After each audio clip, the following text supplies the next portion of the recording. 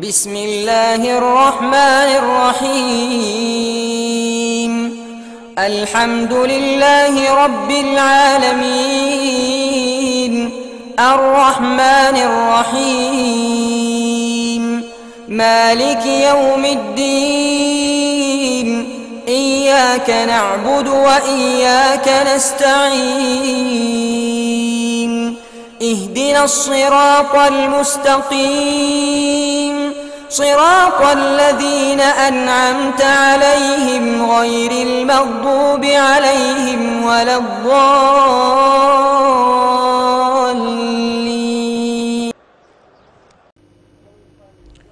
أعوذ بالله من الشيطان الرجيم. We seek the protection of God from Shaitan, who has been expelled from God's kingdom of special grace and mercy because of his arrogance and his defiance. So if we avoid these satanic habits of arrogance, whatever we know to be true, we submit. What we know to be true by our God-given aql, by the guidance of the Sharia, and by our inner conscience. And whatever we know to be evil, we avoid the satanic habit of defiance, and therefore we avoid doing it. What we know to be evil by our God-given intellect, by the guidance of the Sharia, and by our inner conscience. And then if we have reliance on God, we should be granted the strength to be able to identify, to oppose, and to overcome satanic temptations. Bismillahir Rahmanir Rahim.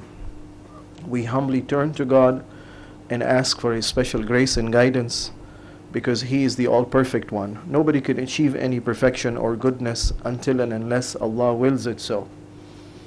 And we turn to Him because He is Rahman. His mercy, His love, His care, His attention spans out to reach each and everything, brings it to life, sustains it, enables it to reach its goal of perfection. And we turn to Him because He is Rahim.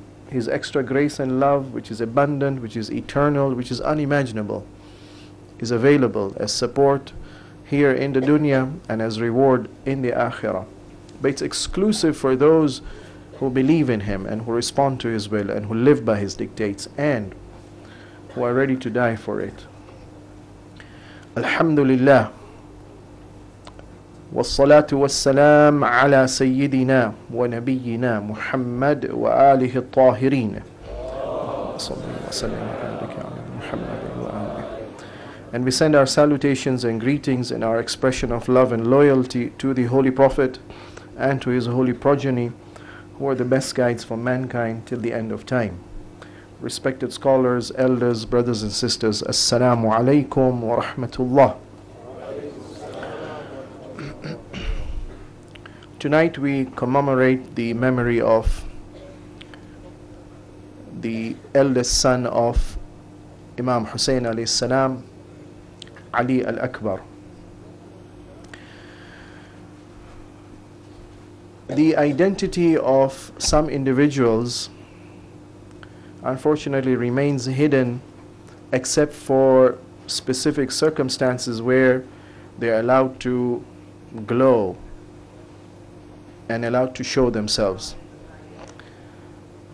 We don't have much details about his life, but the little details we have are quite inspiring and revealing. For example, the battle cry.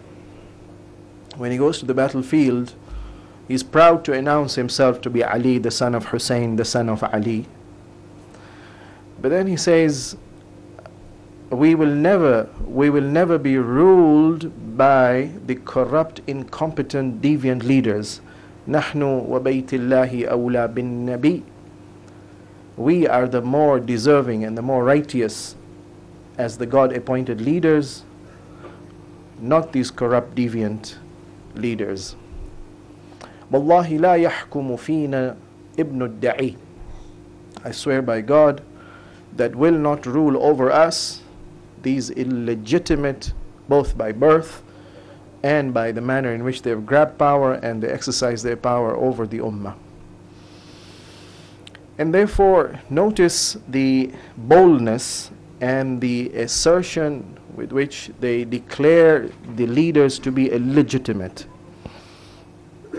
Yazid is known to be openly incompetent, openly sinful, not only by ahlulbayt alayhimus salam, but even the general sahaba and the general members of the ummah at that time.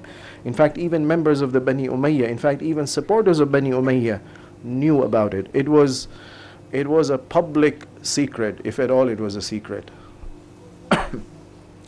And therefore, it's important for us, as we declare our loyalty and we mourn and weep for Ali Akbar, and we will declare that qalbi li qalbikum silm wa amri li amrikum muttabi', and we will say that nusrati lakum mu'adda, my heart is in submission and in consonance and loyalty to your cause, and then I am ready to join you, and I declare my loyalty, and ma'akum la ma'a aduwikum, I am with you and not with your enemy.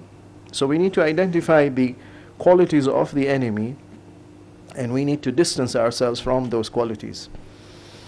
So very briefly, let me share with you what is the public secret about Yazid. Yazid's mother was a Christian, Maysoon. When she was pregnant with Yazid, Muawiyah divorces her. Yazid is delivered out in the tribal areas away from Damascus. He is brought up in a non-Islamic environment. In fact, one of the things he begins to love right from early on is drinking. And for some reason, he turns out to be a very good poet. Apparently, he must have been trained in good poetry. So, for example, he praises drinking in حرمت يوما على دين أحمد فخذها على دين المسيح ابن مريم.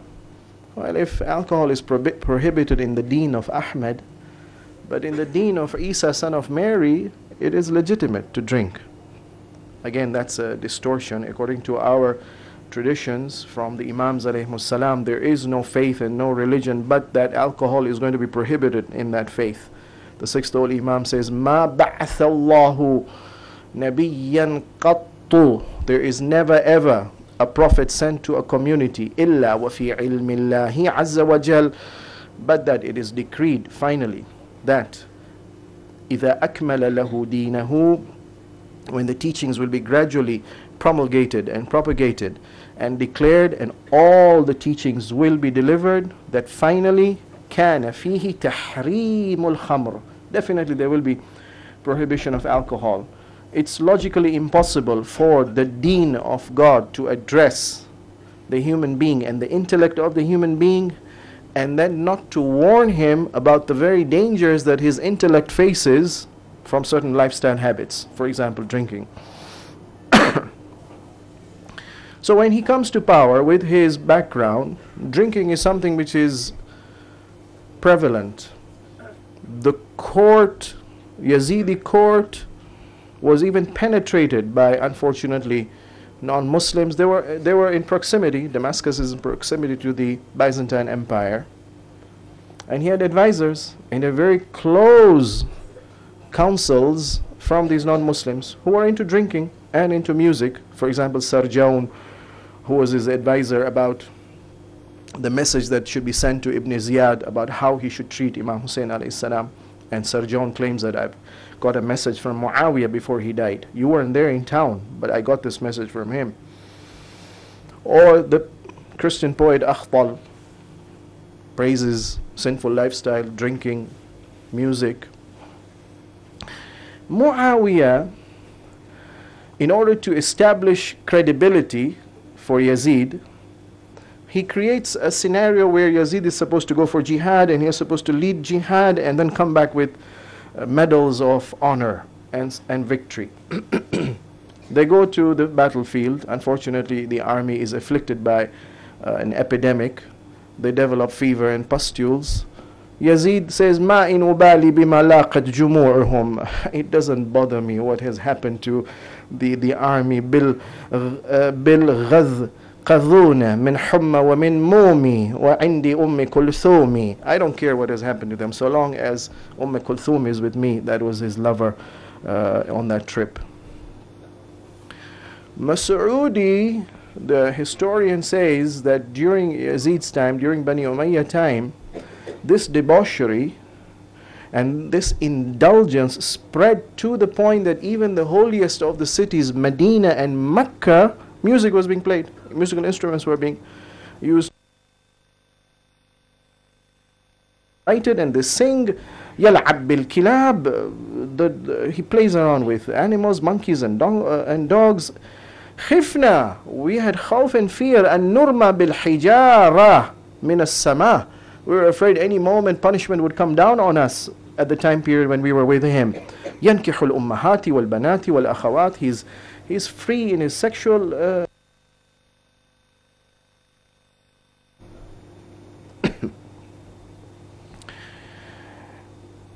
or his indulgence in music. He tells the singers, مَعْشَرَ النَّدْمَانِ قُومُوا. Courtiers, rise up, let the music flow. وَاسْمَعُوا صَوْتَ الْأَغَانِي وَاتْرُكُوا ذِكْرَ الْمَعَانِي شَغَلَتْنِي نَغْمَةُ الْعِيدَانِ عَنْ صَوْتِ الْأَذَانِ تعوضت عن الحور خمورا في الدنان. Does the courtiers rise and let the music and the wine flow? Let's listen to it. Forget these messages, the spiritual messages. The listening to the melody and the tunes, they have preoccupied my mind. I have no time to listen to the adhan. And what are these promises about hurul ain and the pleasure that I derived here in the dunya? That's enough for me. Notice the behavior of this man, the attitude of this man, the open defiance. It has certain lifestyles that were sinful that led him to this situation, and one of them is music. I've been requested to clarify this issue of music, and that's why I've focused and emphasized this particular aspect of the lifestyle of Yazid. A very quick clarification. Our mujtahids, for example, Hazrat Ayatollah Sistani, may Allah protect him, they say music is of two types. There is the permissible type, and then there is the prohibited type. And music which is permissible, he says, and this you can find in the Code of Muslim Islamic Practice for Muslims in the West, Masala number 536. He says music which is permissible is the music which does not entail entertainment in gatherings which are held for that purpose, and vice versa. The forbidden music is a music which is suitable for entertainment and for amusement gatherings. That's the technical definition. And then 538, he says it's permissible to visit places where halal music is being played, and it's permissible to listen to halal music. But if there's a public place where haram music is being played, for example, passengers concourse or waiting areas for visitors or public parks or restaurants or cafes, and even if haram music is played, it's still halal to visit that place, provided you don't intentionally wish and plan to listen to it, and you're just hearing it as something in the background that you don't pay attention to. There was a companion who came to the sixth old Imam. He says that I have a neighbor and in one part of my house, when I go to that room, I can overhear what's happening across the wall, and he's got a singer and she sings and I can hear her. But sometimes I need to visit that room, it's necessary. So I listen to the music. Is something wrong with that? And Imam Ali says, no, you are responsible.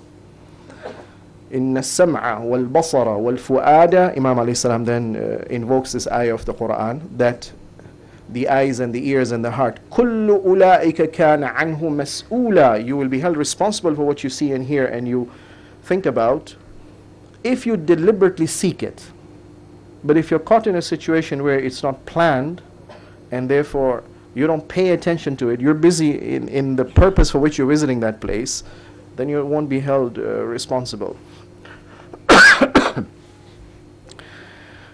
And Masala number 540, he says it's permissible for adults as well as for children to learn music the art of halal music, which is taught, let's say, in the schools or in other places, so long as it doesn't have, visiting such places doesn't have any negative effect on the upbringing of the children.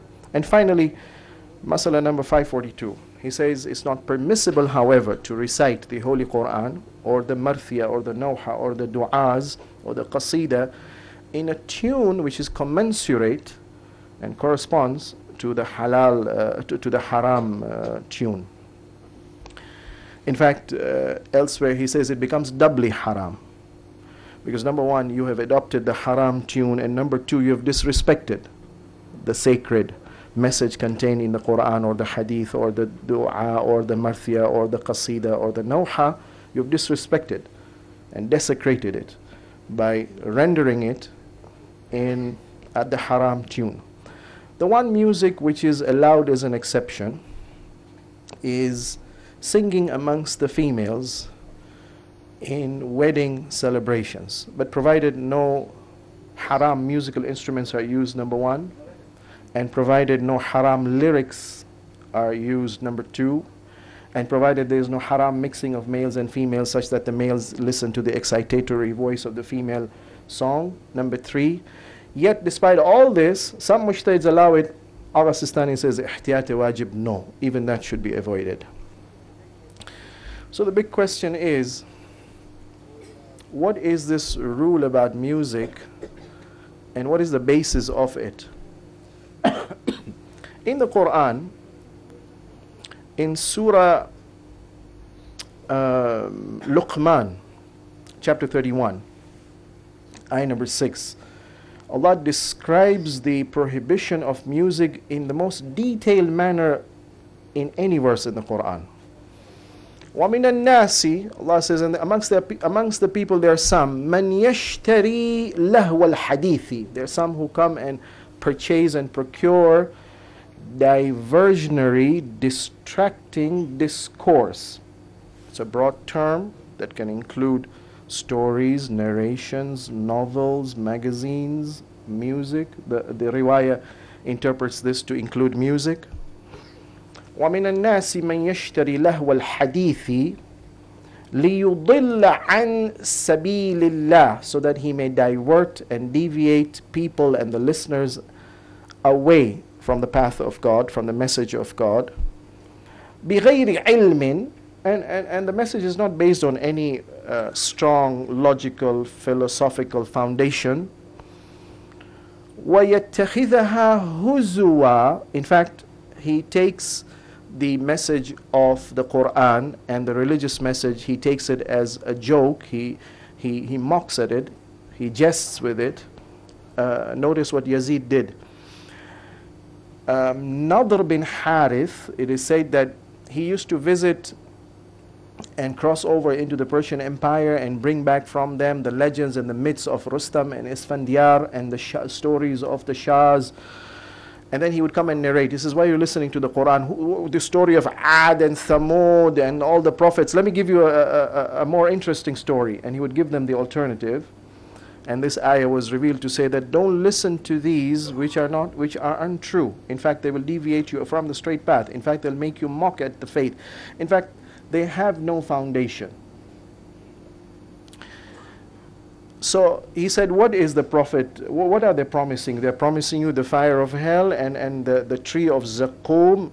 Zaqqum is a tree which is described in the Quran. Inna shajarat az-zaqqumi ta'amul athim. The sinful will be forced to eat from the tree of Zaqqum, which is in the center of hell, which is spiny, which is thorny, which is obnoxious in its taste, which is bitter in its taste, which is painful.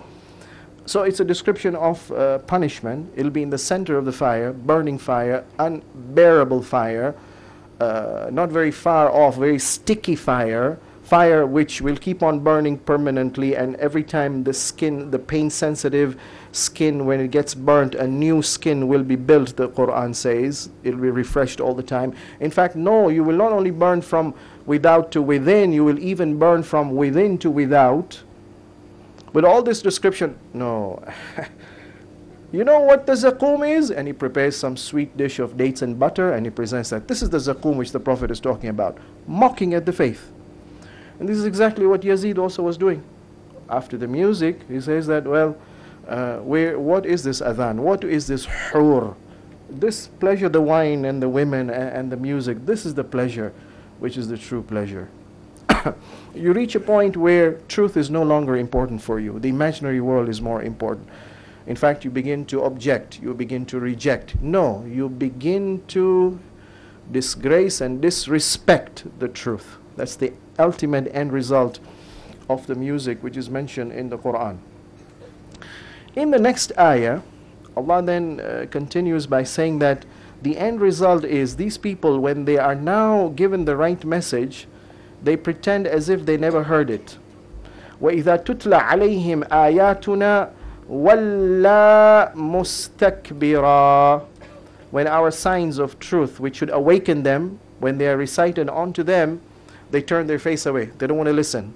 In fact, they turn away arrogantly, not humbly, not submissively, in a mood of rejection and opposition. كَأَن لَّمْ يَسْمَعْهَا. They behave as if they never heard the message. No, worse than that. كَأَنَّ فِي أُذُنَيْهِ وَقْرًا. It's as if their ears are hard of hearing. They're almost deaf. They're not deaf. It's the sinfulness which has deafened them. It's the music which has deafened the spiritual ears. فَبَشِّرْهُ بِعَذَابٍ أَلِيمٍ. For them, promise them a punishment which is painful. And the previous ayah says, عَذَابٍ مُهِينٍ, a punishment which is disgracing and humiliating. You degrade the truth, when the truth will appear on the day of judgment, you will be degraded. A punishment which is degrading. Question. So what is it about music which is so harmful and which is so dangerous? In the riwayat, we're told about the effects of music, but before I talk about them, let me just briefly share with you some of the reasons why music could be haram.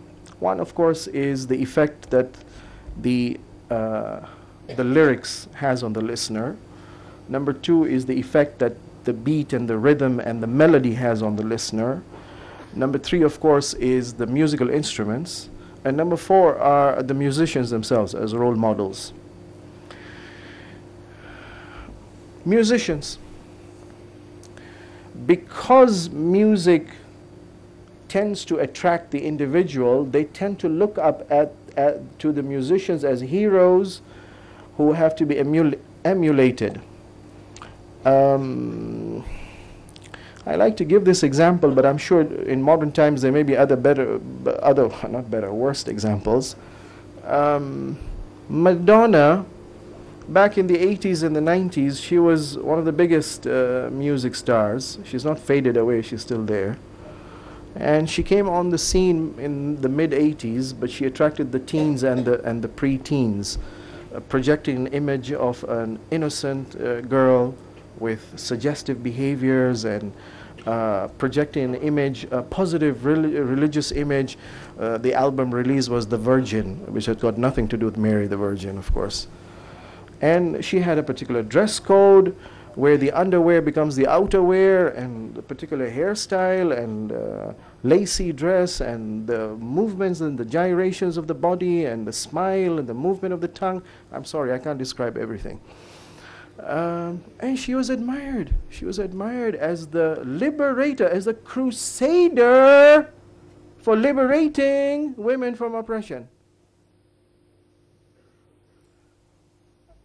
So one problem with music is the unconscious effect it has on us by attracting us to admire the musician who turned out to be evil role models. The second problem with music is the melody, the rhythm, the beat itself. The musicians themselves say that the sounds, the rhythm and the beat, and the lighting effects in the concerts especially, they have powerful effects on the viewers and the listeners. No, not powerful, simple effects. Powerful, indoctrinating effects. the musician is quoted to say, I realized that the music got through to the listener. The beats of the music, they matched the body rhythms, and there was nothing anyone could do to knock out that rhythm once it entered the mind. It kept on playing. The jingles were there. And we knew it, the musician said, that once the rhythm got across, it was in their mind, it was accepted, it stayed with them till the end of their lives. They kept on singing it at the back of their mind. The melodies are powerful. The rhythms are powerful. In addition to the melody, not only the musicians, also those accompanying players in the whole music band, they also have an effect, unfortunately. A group of psychologists were interviewed about musicians as their clients, and they said that if you were to talk to these psychologists, and they would tell you that they have a common pattern, these musicians. The pattern is their desire for immediate gratification and satisfaction and self-fulfillment. Indulgence, basically, in animal desires. Musicians, they crave for money, for power, for control. Their fantasy is to live a life of luxury, of plenty of wealth. And they want to get the maximum joy, and they're ready to die young, even if it's worth getting all the pleasures. And they know it is going to damage their health, doesn't matter. So, he said, these psychologists said, look at their obituaries, these musicians. Many of them, they die from these indulgences: alcoholism, drug abuse, accidents. You know, the riwayah says, al-ghina sharru ma khalaqallah. Al-ghina akhbath ma khalaqallah. The most khabith and the most evil of what Allah has created is music. The way it's personified by the musicians' lifestyles. The lyrics, you'll have to excuse me. It's not worthy of quoting. This lectern and this platform cannot be used for quoting such base material. Alan Bloom is a sociologist, a philosopher, American. He has written a book, The Closing of the American Mind. He talks about some of the cheap media entertainment which have led to the degradation of the American thinking, especially the young generation. And he talks about rock music, for example. He says rock music reduces parental control on moral education. The young generation, according to Bloom, they don't listen to the music only. They live that music. They wake up to it. They get ready to go to school by it. They go to school with it. In the school, when they get the chance to listen to it, they'll do their homework listening to it. They'll spend hours listening to it. They go to sleep with it. They live that music. They don't only listen to it, they live it. And they take the attitudes and the habits and the behavior. Worst. Alan Bloom says that rock music has one big problem. No, it has an appeal, which I say is a problem. The appeal of rock music is the barbaric appeal to sexual desires. Not to love, not to love sharing and commitment and responsibility and sacrifice. That's true love. No. When they talk about love in rock music, they're talking about animal desires. Untutored, undeveloped sexual desires. Well, what the riwayah tells us that al-ghina yunbitu nifaq fil qalb kama yunbitu al-ma al-baqal, just like water leads to the growth of plants, so also music leads to the growth of nifaq in the heart and weakness of the faith, and gradually erosion of the faith, and then elimination of the faith, whereby you no longer feel like doing good things, you get more attracted to evil things. In fact, when you're invited to good things, you're not ready to respond till you reach a point where evil and good is the same. You reach a point where good becomes evil and evil becomes good. Music is a powerful tool that does that. Hendrix, a musician, you can hypnotize people with music, he says.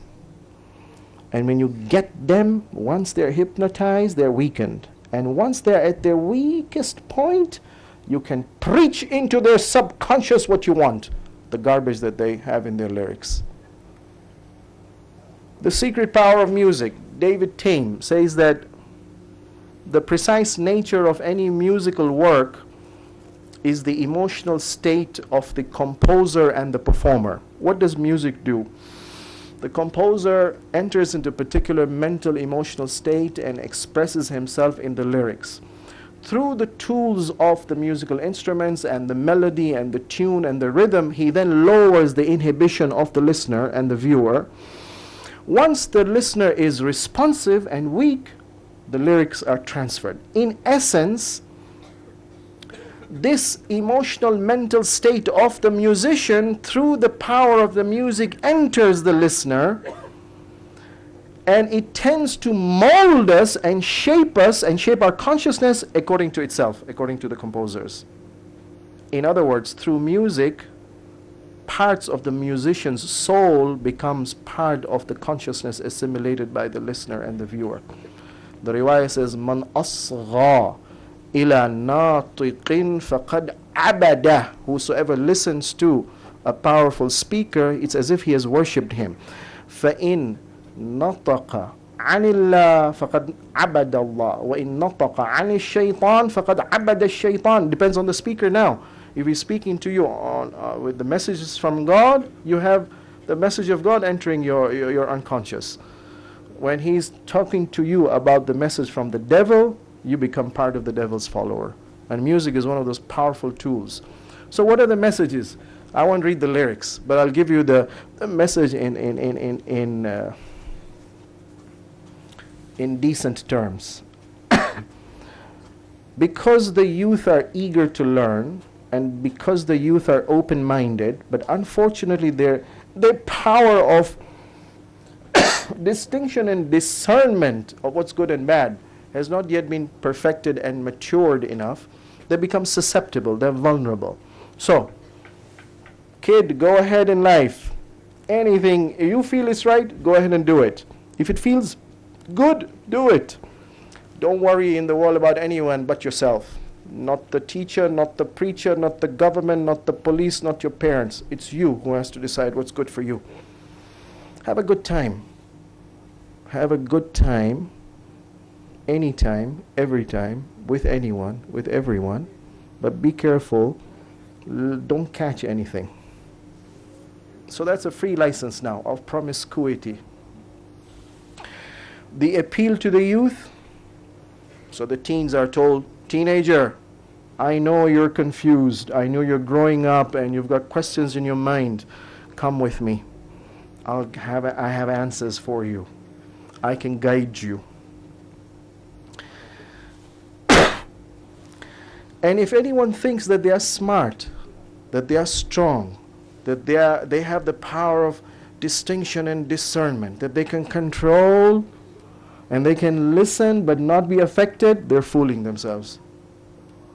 Psychologists, sociologists have done studies about the effect of media on the viewers. Oh, now we're living in an MTV world.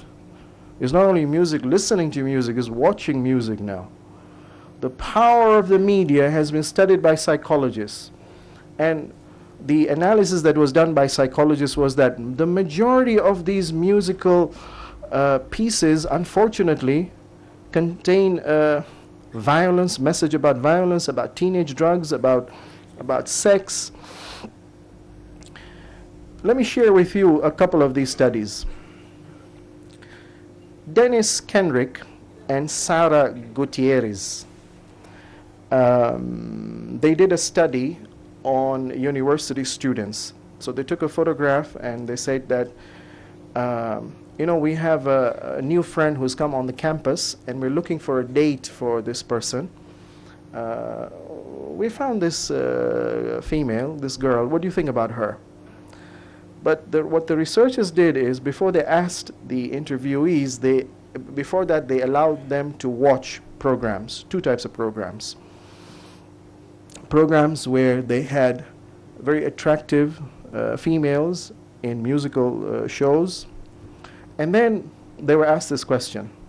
Those who were exposed to the attractive female models in the shows that they watched, When they looked at this average attractive female, they downplayed her suitability.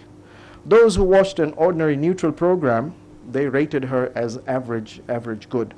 Whether you want it or not, whether you like it or not, you're going to watch these shows, and music is a powerful tool that can penetrate right to your unconscious. Unconsciously, you will make decisions whereby, for example, your own partner who is attractive will no longer seem to be as attractive. Number one. Number two, so she's not attractive for me anymore.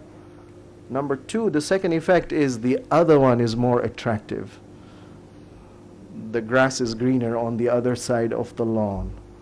The other one seems to be more attractive. Mackenzie Moore and Mark Zana, they conducted a study, two groups of students. One group of students was shown a political debate. The other group was shown MTV. And then a female research subject was sent to interview them. The interview was a decoy.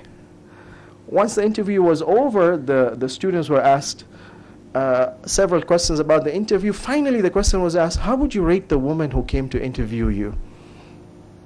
It's not difficult to imagine how did they see that woman, the interviewer, after they had watched those two different types of programs. Those who watched the political debates saw her as an ordinary person. The one who had watched the MTV thought that this interviewer was a sexually attractive, available, inviting person. Whether you like it or not, it preps you up. Music penetrates to the mind, to the heart, affects the emotions, even if you deny it. Number three, well, not only does it make your own partner less attractive, not only does it make others look more attractive, it makes others look even more available. The MTV programs, when they were shown, and when these viewers were then interviewed, they turned out to be more accepting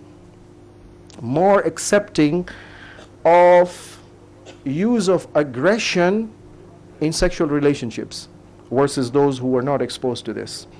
And number four, and finally, so not only your one partner is less attractive, not only the other one is more attractive, no, everyone is more available now. No, not only are they available, it's all right to use force to get them. Zillman, he showed these programs to these students, and then when they were interviewed, they were shown a news report. Somebody was caught in a crime of rape, and then these viewers were asked, how would you, if you were a member of the juror, what would your decision be in favor of the punishment that should be given to this rapist? And their punishment to the rapist was turned out to be lesser compared to the others. They were in interviews more ready and more willing to accept extramarital affairs. They were, oh, this is worse. They were ready to accept the seduction of a 12-year-old. So not only everyone becomes available, not everyone, you can use force to overpower them. Even if they are minors, they're still your victims. Everybody becomes available now. So those of us who think music, the forbidden one, the prohibited one, I'm smart, I'm strong, I can control myself, I won't be influenced. Psychological studies show unconsciously, whether you like it or not, you are being affected. It's only a matter of time before it's going to show itself. In one of the riwayat, the Imam Ali salam is asked, remember Makkah and Medina, musical instruments were becoming prevalent. So in Medina, Imam Ali salam is asked about certain musical instruments and about music. And Imam Ali salam responds by saying, Innal mu'mina lafi shughulin an jami'i dhalik. A mu'min is too preoccupied, he's too noble, he's too elevated and exalted to stoop down so low in lifestyles which are promoting vice and which are promoting these evil behaviors. In fact, when the Imam is asked about lahu, Imam responds by saying, do you know God does not play? And Imam alayhi salam quotes this ayah from Surah Anbiya, which is chapter 21, ayah number 16, 17 and 18, where Allah is introduced as a person who, and as a being who does not play, and therefore a mu'min who is a reflection of God's good qualities should not play in these entertainment and amusement which are damaging and harmful. وَمَا خَلَقْنَا السَّمَاءَ وَالْأَرْضَ وَمَا بَيْنَهُمَا لَاعِبِينَ. And we have not created the heavens and the earth and whatever is between them for a play. Life is purposeful. Even death is purposeful for that matter. Creation isn't a game. The smallest of the creation and the biggest of the creation. Everything has a wisdom. Oh, ask the scientists and they don't even know all the details of the greatest of the creations, the galaxies and the super galaxies, and they don't even know the secrets of creation even of the smallest. They don't know subatomic particles, all of them. Everything has been created for a purpose, not for a play.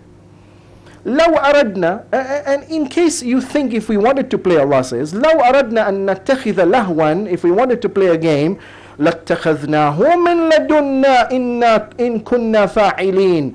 We would have played a game appropriate to us, not in the material world, up in the angelic world. And besides, if life was a game, then why send all these instructions, do's and don'ts? Let everyone do whatever they want. Why send messengers who had to suffer all this? Why have Karbala?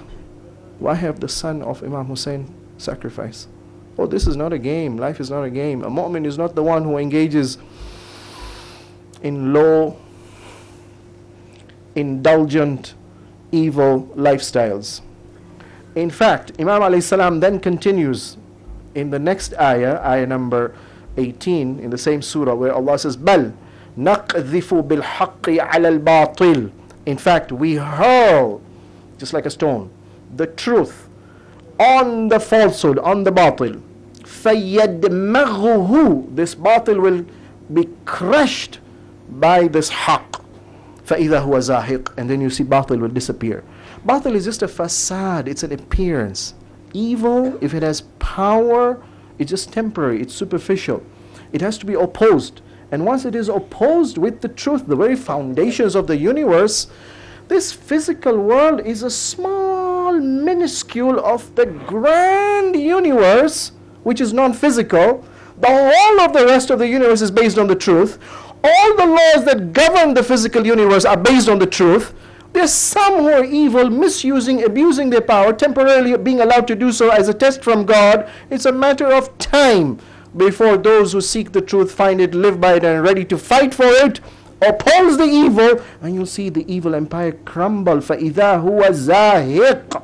You will see it vanish, the evil. وَيْلٌ وَلَكُمُ الْوَيْلُ مِمَّا تَصِفُونَ. Woe be to you, what you describe to God. God is playing games? This is how you describe God? And therefore a mu'min is the one who is engaging in these lowly, indulgent, evil lifestyles? Woe be to you if this is how you understand. And therefore, for us, the example of Ali Akbar is a unique example. 18-year-old young man, or according to some traditions, he was born during the time of the Uthmani Khilafah, so that was somewhere around 35 AH or before that. So he must have been around 25 plus minimum when he was in Karbala, if he was born during the Khilafat of Uthman.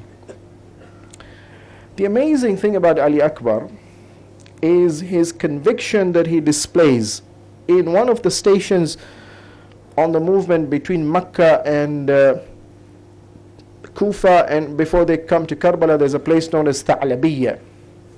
Imam alayhi salam receives the news about the martyrdom of Muslim and Hani there. But history also says at that point Imam alayhi salam had a short slumber, a sleep. And then he woke up and he was crying. So Ali Akbar saw this and he asked the Imam alayhi salam, "Ma laka tabki ya abati?" My dear father, how come I see you crying? La abkallah aynaka. May Allah not make you cry. Imam Hussain crying, it's a bit strange. Obviously he wouldn't be crying for himself. He explains to his son, "Ya bunayya, إنها ساعة لا تكذب فيها الرؤيا. This hour, it was the dhuhr time, just before dhuhr. This is the time when nobody sees a dream but that dream is true. Irrespective of the time. For the ma'soom, a dream will always be true. رأيت فارسا, I was taken over by sleep, and then I saw a horseman, and he's following us, and he's addressing me, and he's telling me, Ya Hussain, إنكم تسرعون المسير. You seem to be moving very fast on this journey. وَالْمَنَايَا بِكُمْ تَسْرَعُ إِلَى الْجَنَّةِ. And death is also chasing you. But death is the means to enable you to reach Jannah.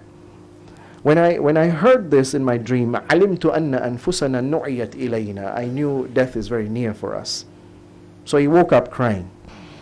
But Imam Hussain is crying not because he's fearful, not because he is afraid of suffering death. This is the same man who in Makkah declared that whosoever is ready to donate his blood and his life in the way of God, let him join us. This is a brave man who went into the palace of Walid bin Utbah bin Abi Sufyan and challenged them. He couldn't be afraid of death. This is the man who addresses Hur and his army, and he addresses the army at Karbala, and he says, إِنِّي لَا أَرَى الْمَوْتِ إِلَّا سَعَادَ وَالْحَيَاةِ مَعَ الظَّالِمِينَ إِلَّا بَرَمًا. I see life with this ignominy of subjecting myself to the evil dictator. This life is worse. For me, death with dignity is much preferable. He's not afraid of death. So if he's crying, there must be some other reason. Well, maybe he's crying because of the loss and the pain and the suffering that the family will undergo. Or maybe he's crying because of the loss that the Muslims will undergo, the pathetic situation of the Muslims, that they are being subjugated to an evil dictator and there's nobody to help them. The loss that Islam is suffering, maybe that would be the plausible reason for Imam to cry, not for his own fear of death. And this is reflected in his son. Ali Akbar says, أَوَلَسْنَا عَلَى الْحَقِّ. Death is coming to us, but are we not on the right path? Haven't we identified what is true and false? Haven't we determined ourselves that the consequence of our decision is that we're going to be killed? Aren't we sure that what we have decided is true?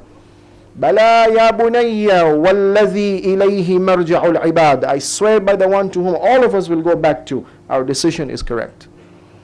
So Ali Akbar then he says, إِذَنْ لَا نُبَالِ بِالْمَوْتِ. So we're not concerned about death. Whether we reach death or death reaches us, so long as we're on the straight path, on the right path, we shouldn't be worried. Jazakallah. Imam Hussain alayhi salam says, may Allah bless you and reward you. Anni ya bunayya khayra ma jaza bihi waladan an walidihi. The best reward that any son is to get from a father. I would like to compare another son and a father in which there was a sacrifice. A son and a father, because Imam Hussain alayhi salam is very proud. He introduces Ali Akbar on the day of Ashura. When Ali Akbar is going to the battlefield, Imam alayhi salam recites an ayah from the Quran. Inna Allah astafa Adama wa Nuhan wa ala Ibrahima wa ala Imrana ala al-alameen. Surah Al Imran chapter 3 ayah 33. And ayah 34 says, ذُرِّيَّةً بَعْضُهَا مِنْ بَعْضُ وَاللَّهُ سَمِيعٌ عَلِيمٌ. When Ali Akbar is going to the battlefield, Imam alayhi salam says, Allah has chosen amongst the whole of mankind some people to be elevated over others. He has chosen Adam. Oh, the first man on the earth was a chosen man. He wasn't an evolutionary animal who transmogrified from a monkey to a human. No. The first man was a holy man. وَنُوحًا. And when there was a global flood and mankind had to be restarted, the second Adam, chosen man, Nuh. And then the father of all the Abrahamic faiths, the monotheistic faiths, Ibrahim, chosen. وَآلَ عِمْرَانَ. Maryam and her son. All these are chosen people. Allah knows the inner secrets because He's Sami' and He's Alim. He listens to the inner thoughts. He knows the inner motives. He knows the purity. He knows the submission. He knows the virtue. He knows the isma. He knows how they would fare were they to be tested in the most difficult of all circumstances. And therefore they're elevated as a reward. This man and this young man who is going to the battlefield is not an ordinary man. He's the son from a generation right from Adam to Nuh to Ibrahim to Isa of holy ones. According to some scholars, Ali Akbar was almost a ma'soom, not the ma'soom that the Aimma had, but the isma, for example, that Hazrat Abbas had, or the isma that Bibi Zainab had. The comparison I would like to make, therefore, based on this ayah which Imam Hussain alayhi salam recites on the departure of Ali Akbar, is the comparison with Prophet Ibrahim and Ismail, because there's a sacrifice in both the cases. And incidentally, there's a dream involved also, just the way there was a dream here, which Imam Hussain reports to Ali Akbar. Ibrahim alayhi salam, in Surah Safat chapter 37 ayah 99 onwards, Allah says, وَقَالَ إِنِّي ذَاهِبٌ إِلَىٰ رَبِّي سَيَهْدِينِي. I'm facing a society which is full of evil. I can't resist, I can't change, so I'm migrating. I'm migrating to my Lord. Where am I migrating to? Any particular place? No. Any place where I can worship my Lord, that's where I'm going to. Exactly what Imam Hussain and his family did. Rabbi habli, I'm leaving everything behind, but Rabbi habli min as-salihin. Oh Allah, gift me, give me a child, give me children who are going to be virtuous.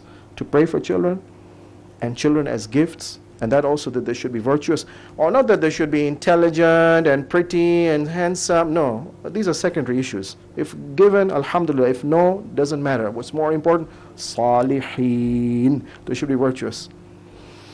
فَبَشَّرْنَاهُ, and we gave him the good tidings, Ibrahim. بِغُلَامٍ, a young man. Halim, very persevering and firm and determined. We will see his determination very soon.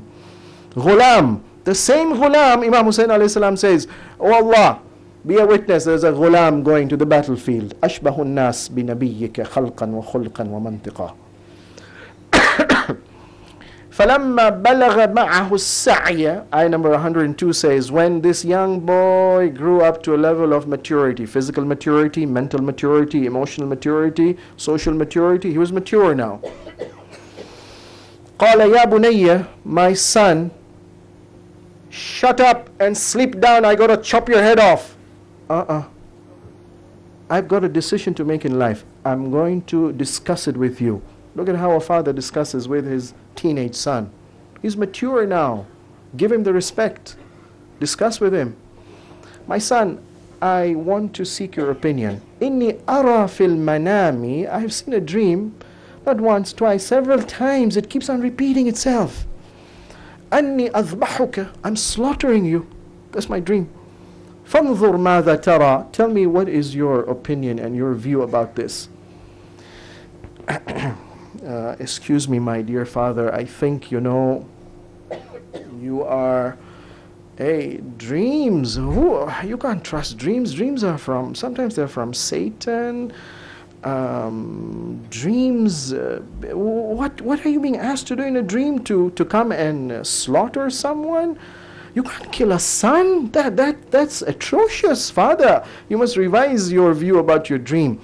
And what? The dream is ordering you. Order, orders are of two types. There's wajib order, there's mustahab order, and then there is makruh, and then there is ihtiyat wajib. How do you know this is a wajib order?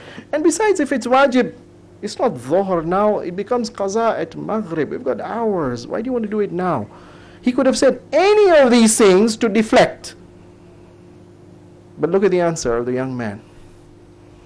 The man says, Ya abati, my dear father, if'al ma tu'mar.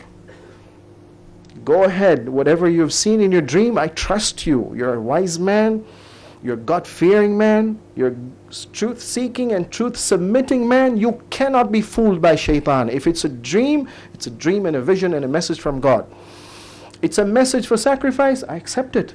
If Allah has asked us to do it, it's the best for my interest and your interest. If'al ma tu'mar, go ahead. But it's difficult. You're going to lose me, I'm going to lose you. And therefore we need sabr. Satajiduni min as-sabirin. You will find me amongst those who make sabr. Insha'Allah min as-sabirin. I don't have enough strength. I will muster all my courage, but I need help from God to have the sabr. Precisely the same sacrifice. Now come to Karbala. Of course, in the case of Ibrahim, the sacrifice does not go ahead because Ibrahim is told, Ya Ibrahim, qad sadaqta ru'ya, you have been tested by the dream to see, are you ready to give away? And Ismail, is he ready to give in? Both of you have passed the test.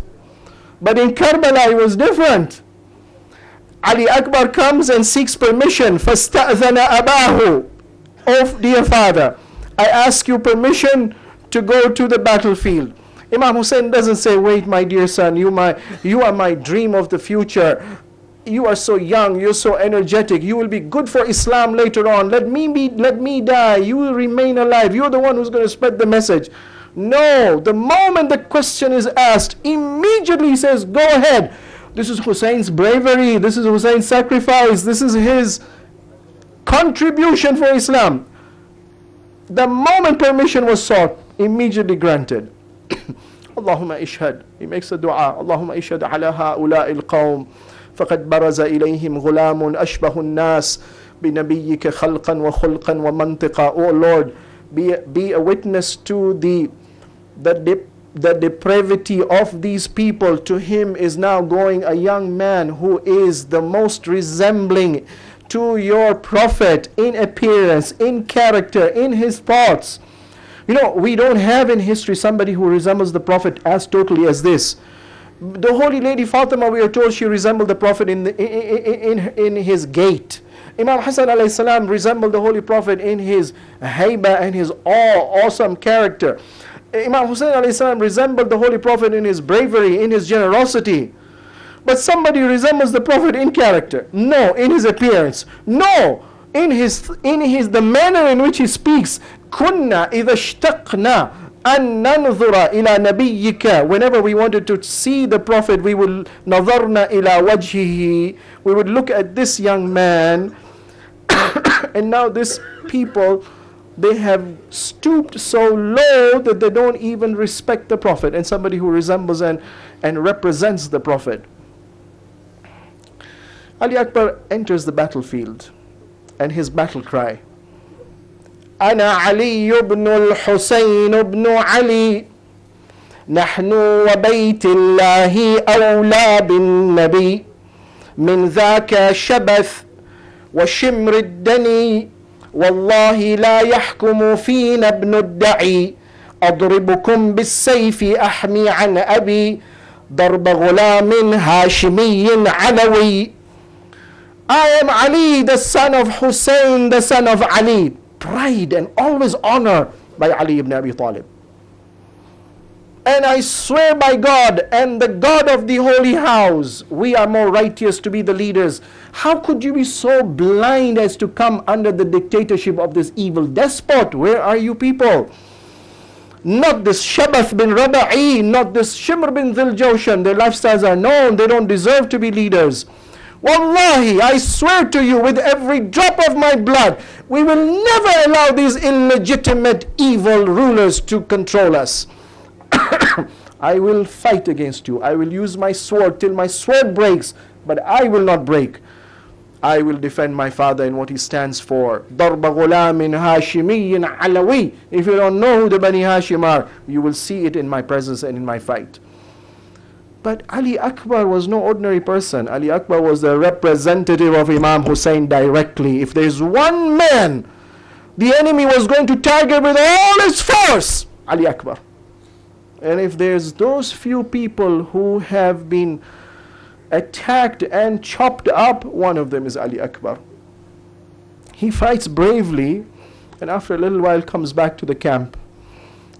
My dear father, Ya abati al-atashu qad qatalani. The thirst is beginning to affect me. وَثِقْلُ الْحَدِيدِ أَجْهَدَنِي. There's a huge mountain of spears and swords against me. Can I have a little water? Not that I can live longer. No, can I have a little water that I can fight better to protect the truth and to protect you? Imam Hussain alayhi salam looks at Ali Akbar. He says, يَعِزُّ عَلَى مُحَمَّدٍ وَعَلَى عَلِيٍّ وَعَلَى أَبِيكَ أَن تَدْعُوهُمْ فَلَا يُجِيبُونَكَ. It is very difficult for us, oh my dear son. We know you're giving everything you have for the sake of truth, and yet you make a small request and we're so embarrassed we can't give you. But Imam alayhi salam says, just touch my tongue. And Ali Akbar discovers that that tongue is even drier than his own tongue, in as much as the tongue of Abbas would have been dry, in as much as the tongue of Bibi Zainab would have been dry. I don't know, maybe Ali Akbar later on may have regretted and may have felt embarrassed. How did I make a request from my father, my dear father, my generous father, a request which put him in a position where he couldn't supply it? Khudh al-khatam, Imam Hussain says, I've got a ring, take this ring, fi fika, put it in your mouth. It seems maybe there are some stones which if they put in the mouth, they could provoke and stimulate some flow of saliva, maybe. Take this ring, put it in your mouth. La tumsi hatta yasqiyaka jadduka. Don't worry, very soon you shall meet your grandfather and he shall quench your thirst. And this is the best dua in these circumstances for a mu'min, that if you're thirsty, this is the thirst of the body. The body is under the control of the soul. What's more important, Ali Akbar, you should concentrate on the thirst of the soul. That thirst shall be quenched when you meet your grandfather in the barzakh. And he goes back to the battlefield and he fights, but finally he is attacked and he falls to the ground and he cries, Alayka minni salam. My final salam to you, oh my dear father. Imam Hussain alayhi salam rushes to the battlefield. Obviously the attack is massive. Ali Akbar is one of those people whose body has been attacked from all fronts. On his deathbed, he tells Imam Hussain alayhi salam, Hada jaddi, here is my grandfather and he's quenching my thirst. He has fed me and now he awaits you with another cup to quench your thirst. Imam Hussain alayhi salam starts crying. One of the mujtahids, he says, Yabki alayka muhtariqan qalbuhu. Imam Hussein's heart must have been burning. La taskunu min abika zafra. Your father's sobbing and sighing and weeping never stopped. لما أصيب هامة الكرامة على أبيه قامت القيامة. When the strike was made and the blow was struck on the head, the qiyamah for Imam Hussain alayhi salam had risen. This is a pillar of Tawheed. This is the backbone of the support for the truth that has now been shaken and fallen. Assalamu ala al-Hussain wa ala Ali ibn al-Hussain wa ala awlad al-Hussain wa ala ashab al-Hussain jami'an wa rahmatullahi wa barakatuh. Matami Hussain.